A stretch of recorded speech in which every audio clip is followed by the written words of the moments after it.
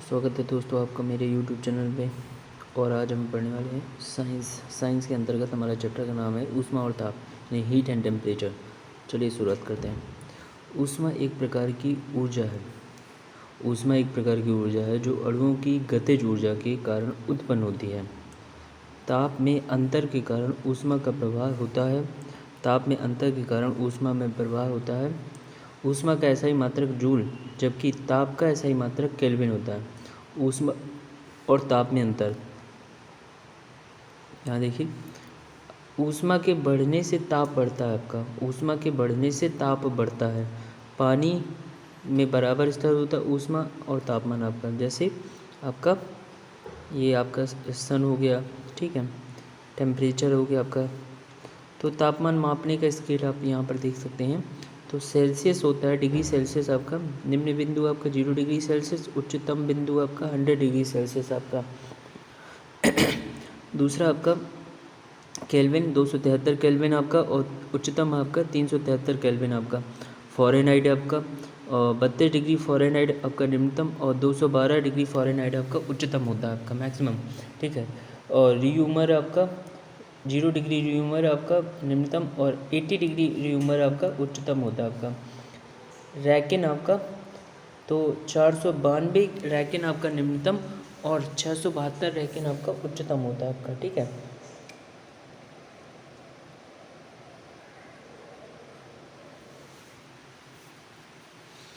तो यहाँ पर जल का हिमांक जो होता है 0 डिग्री आपका 0 डिग्री सेल्सियस आपका 273 केल्विन से 273 केल्विन, या 32 डिग्री फ़ारेनहाइट, या 0 डिग्री रीयूनर आपका।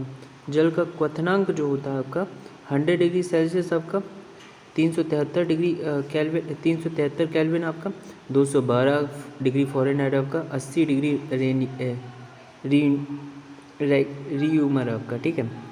ऊष्मा उत्पन्न होती है आपका अणुओं की गति के कारण आपका, अणुओं की गतिज ऊर्जा के कारण आपका, कंपन के कारण आपका, ठीक है। तो हमारा आंसर है अणुओं की गतिज ऊर्जा के कारण, ठीक है। अब आपका यहाँ पर देखिए 60 डिग्री सेंटीग्रेड को केल्विन में बदलें तो 60 - 0 अपॉन 100 - 0 बराबर केल्विन -273 अपॉन 373 - 273।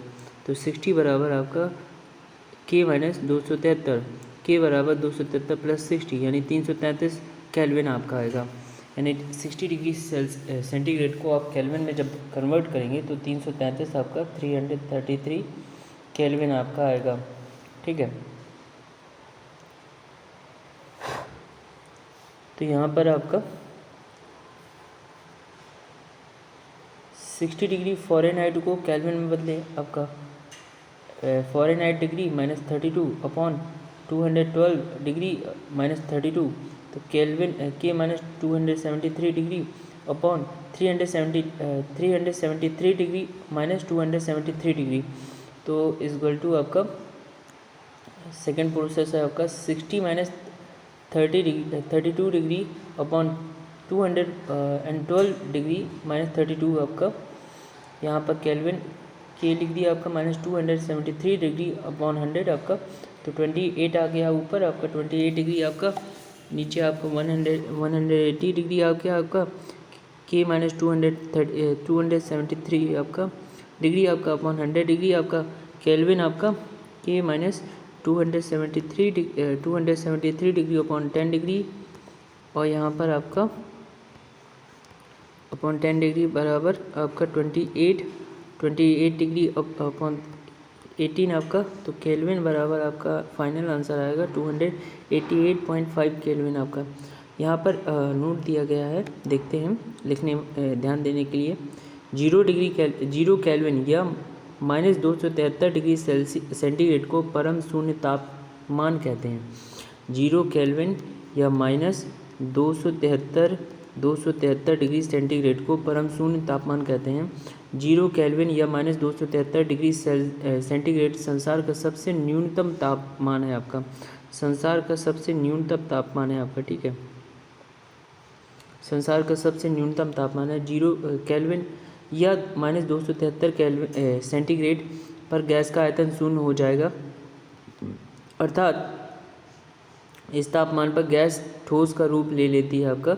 तो आपका यहाँ पर आपका 0 डिग्री सेल्सियस आपका, यहाँ पर बर्फ़, यहाँ पर पानी, 100 डिग्री सेल्सियस पर वाष्प बन जाता है आपका, ठीक है। तो 0.01 डिग्री सेंटीग्रेड या 273.16 केल्विन को जल का त्रिक बिंदु यानी ट्रिपल पॉइंट कहते हैं, जिस पर जल की तीनों अवस्था अर्थात ठोस, द्रव, गैस अपनी अवस्था परिवर्तित नहीं करता है आपका। मानव शरीर का तापमान यानी 98.6 डिग्री फ़ारेनहाइट या 37 डिग्री सेंटीग्रेड होता है आपका, ठीक है। अब यहाँ पर ठीक है, भौतिक विज्ञान में जैसे विभिन्न प्रकार के तापमापी आपका। तो तापमापी का निर्माण गैलीलियो ने किया है। द्रव तापमापी यानी लिक्विड थर्मोमीटर आपका। द्रव तापमापी में प्रायः पारा या अल्कोहल का प्रयोग करते हैं आपका। डॉक्टरी तापमापी आपका। डॉक्टरी तापमापी में आपका यानी क्लिनिकल थर्मोमीटर में इसका निर्माण फ़ारेनहाइट नामक वैज्ञानिक ने किया, जिसका परास काफ़ी कम रखा गया है, जो कि 35 डिग्री सेंटीग्रेड से 43 डिग्री सेंटीग्रेड तक अथवा 95 डिग्री फ़ारेनहाइट से 110 डिग्री फ़ारेनहाइट तक होता है। चूँकि इससे ज्वर यानी फीवर मापते हैं, इसलिए इसे ज्वरमापी या डॉक्टरी तापमापी कहते हैं। इसमें 37 डिग्री सेंटीग्रेड या 98.4 डिग्री सेंटीग्रेड पर 98.4 डिग्री फ़ारेनहाइट पर लाल निशान बना होता है, जो मानव का सामान्य तापक्रम व्यक्त करता है, ठीक है। गैस तापमापी यानी गैस थर्मोमीटर आपका। गैस तापमापी में प्रायः हाइड्रोजन या नाइट्रोजन गैस का प्रयोग किया जाता है। किसका? हाइड्रोजन या नाइट्रोजन गैस का प्रयोग किया जाता है। किसका? हाइड्रोजन या नाइट्रोजन गैस का प्रयोग किया जाता है। हाइड्रोजन आपका -200 डिग्री सेंटीग्रेड से 500 डिग्री सेंटीग्रेड तक। नाइट्रोजन आपका -200 डिग्री सेंटीग्रेड से 1500 डिग्री सेंटीग्रेड तक आपका। प्लेटिनम प्रतिरोध तापमापी यानी प्लेटिनम रेजिस्टेंस थर्मोमीटर आपका। प्लेटिनम के तार का वैद्युत प्रतिरोध ताप के बढ़ने के साथ साथ समान दर से बढ़ता है। प्लेटिनम के तार का वैद्युत प्रतिरोध ताप के बढ़ने के साथ साथ समान दर से बढ़ता है। यह प्रतिरोध ताप गुणांक पर कार्य करता है। इसका परास होता है -200 डिग्री सेंटीग्रेड से 1200 डिग्री सेंटीग्रेड तक होता है आपका, ठीक है। ताप युग्म तापमापी यानी थर्मोकपल थर्मोमीटर आपका। यह सीबेक प्रभाव पर आधारित तापमापी है। इसका परास -200 डिग्री सेंटीग्रेड से 1600 डिग्री सेंटीग्रेड तक होता है। मीथेक प्रभाव यानी सीबेक प्रभाव आपका। सीबेक इफेक्ट आपका, जब दो अलग अलग धातुओं के तारों को जोड़कर एक बंद परिपथ बनाते हैं तथा इस परिपथ की संधियों को अलग अलग ताप पर रखते हैं तो परिपथ में एक धारा बहने लगती है, जिसे विद्युत धारा कहते हैं। इस प्रभाव को सीबेक इफेक्ट कहते हैं। क्या? सीबेक इफेक्ट कहते हैं। सीबेक इफेक्ट फिर से समझते हैं। जब दो अलग अलग धातुओं के तारों को जोड़कर एक बंद परिपथ बनाते हैं, इस परिपथ की संधियों को अलग अलग ताप पर रखते हैं तो परिपथ में एक धारा बहने लगती है, जिसे विद्युत धारा कहते हैं। इस प्रभाव को सीबेक इफेक्ट कहते हैं, यानी कि आपका सीबेक इफेक्ट कहते हैं। पूर्ण विकिरण उत्तापमापी यानी टोटल रेडिएशन पायरोमीटर आपका। PYRO meter METER, okay. यह तापमापी स्टीफन के नियम पर आधारित है। किस नियम पर? स्टीफन के नियम पर आधारित है। इनके अनुसार उच्च ताप पर किसी वस्तु से उत्सर्जित विकिरण ऊर्जा E की मात्रा उसके परम ताप के चतुर्थ घात के अनुक्रमानुपाती होती है। यानी is directly proportional to T की पावर 4 या E इज इक्वल टू आपका मेरे ख्याल से सिग्मा T की पावर 4 या सिग्मा स्टीफन नियतांक आपका। इस तापमापी को वस्तुओं के संपर्क में रखने की आवश्यकता नहीं है। इससे सूर्य का तापमान मापा जाता है, जिससे 800 डिग्री आपका 800 डिग्री सेंटीग्रेड से ऊपर का ताप मापते हैं आपका। तापमान बढ़ने पर आयतन बढ़ता है इसलिए घनत्व घटता है आपका। तापमान बढ़ने पर आयतन घटता है इसलिए घनत्व घटता है। घनत्व बराबर द्रव्यमान बटे आयतन होता है आपका। द्रव्यमान बटे आयतन होता है। द्रव्यमान बटे आयतन होता है। ऊष्मा संचरण की विधि यानी कि ट्रांसमिशन ऑफ हीट आपका। चालन, कंडक्शन, कन्वेंशन एंड विकिरण, रेडिएशन आपका। 3 विधियाँ होती हैं आपका, कंडक्शन, कन्वेंशन एंड रेडिएशन आपका, CCR, ठीक है। कंडक्शन, कन्वेंशन एंड रेडिएशन आपका ये जो निकल रहा है, ठीक है। चालन आप समझते हैं आपका क्या होता है।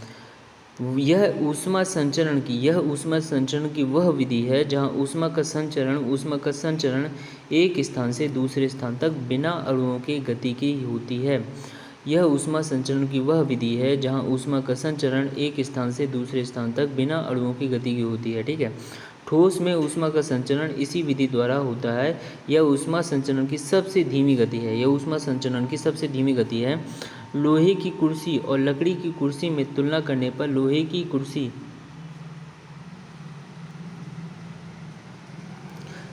कुर्सी अधिक ठंडी या अधिक गर्म प्रतीत होती है क्योंकि लोहे में चालन अधिक होता है। मिट्टी के बर्तन या स्टील के बर्तन में तुलना करने पर स्टील के बर्तन में चाय पीना मुश्किल होता है क्योंकि स्टील के बर्तन में ऊष्मा का चालन तेजी से होता है, ठीक है। संवहन यानी कि संवहन, कन्वेंशन क्या होता है आपका। यह ऊष्मा संचरण की वह विधि है जिसमें ऊष्मा का संचरण एक स्थान से दूसरे स्थान तक अणुओं की गति के कारण होता है। यह ऊष्मा संचरण की वह विधि है जिसमें ऊष्मा का संचरण एक स्थान से दूसरे स्थान तक अणुओं की गति के कारण होता है, ठीक है। द्रव और गैस में ऊष्मा का संचरण इसी विधि द्वारा होता है, कन्वेंशन द्वारा होता है, ठीक है। चालन की तुलना में इसमें ऊष्मा का संचरण अधिक तेजी से होता है। किससे? ऊष्मा का जो संचरण होता है वो अधिक तेजी से होता है, ठीक है। ऊष्मा का संचरण अधिक तेजी से होता है आपका, ठीक है। तीसरा आपका विकिरण, तीसरी विधि है आपका विकिरण। यह ऊष्मा संचरण की वह विधि है जिसमें ऊष्मा का संचरण बिना माध्यम के या माध्यम रहने पर माध्यम को बिना गर्म किए होता है।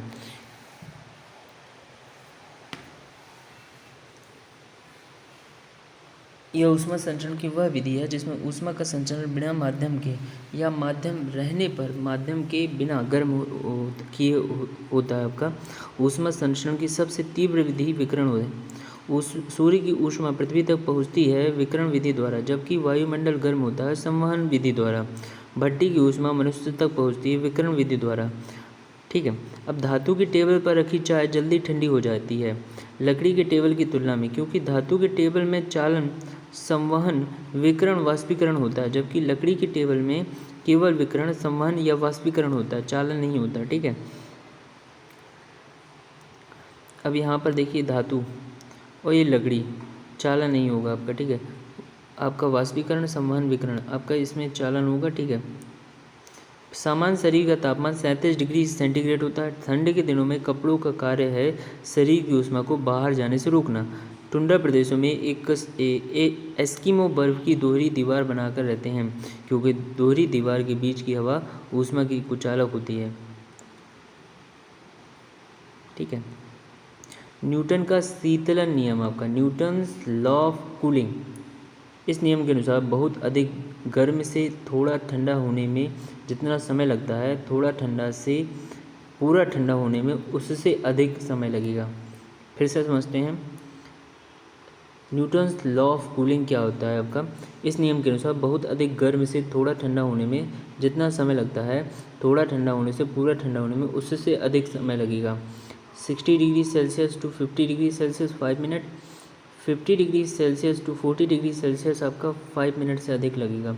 न्यूटन के शीतलन नियम का सूत्र होता है Q1 - Q2 upon T equal to kelvin Q1 + Q2 upon 2 - Q0 आपका, जहाँ Q1 आपका प्रारंभिक ताप है, Q2 आपका अंतिम ताप है, Q0 आपका वायुमंडल का ताप है, T आपका समय है, K आपका नियतांक है यानी कांस्टेंट है, ठीक है।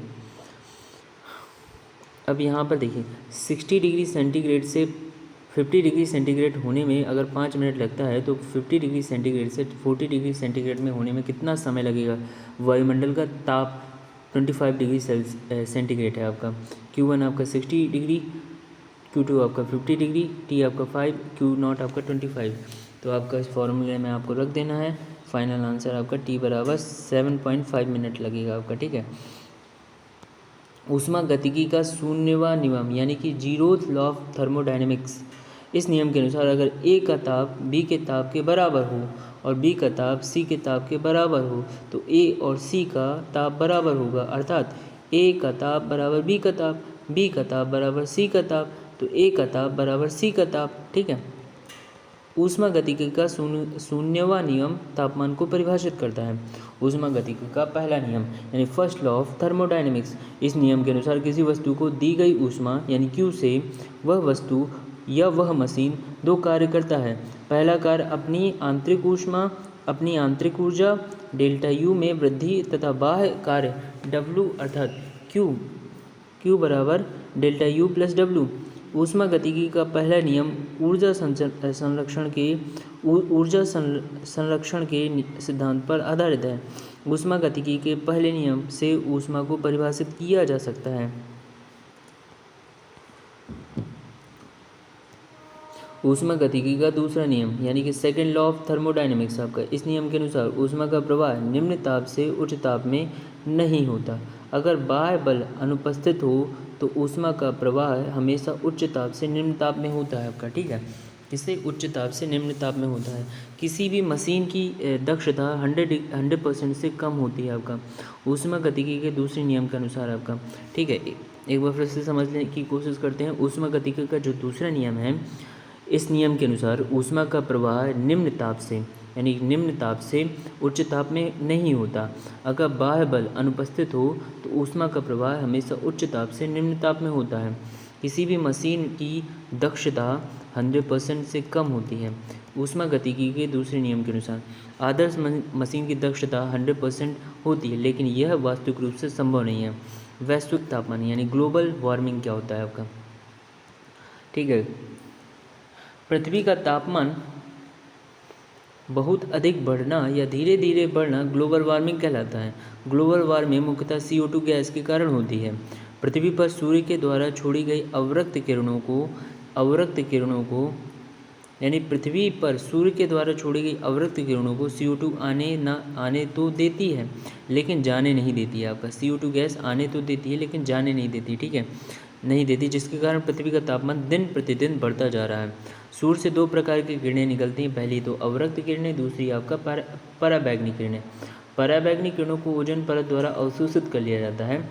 CFC के द्वारा ओजोन परत का नाश हो रहा है जो AC तथा रेफ्रिजरेटर से निकलती है आपका। कृष्ण पिंड यानी ब्लैक बॉडी क्या होता है आपका? वैसा पिंड जो लगभग सारे ऊष्मा विकिरण को अवशोषित कर लेता है, कृष्ण पिंड कहलाता है। क्या कहलाता है? कृष्ण पिंड कहलाता है।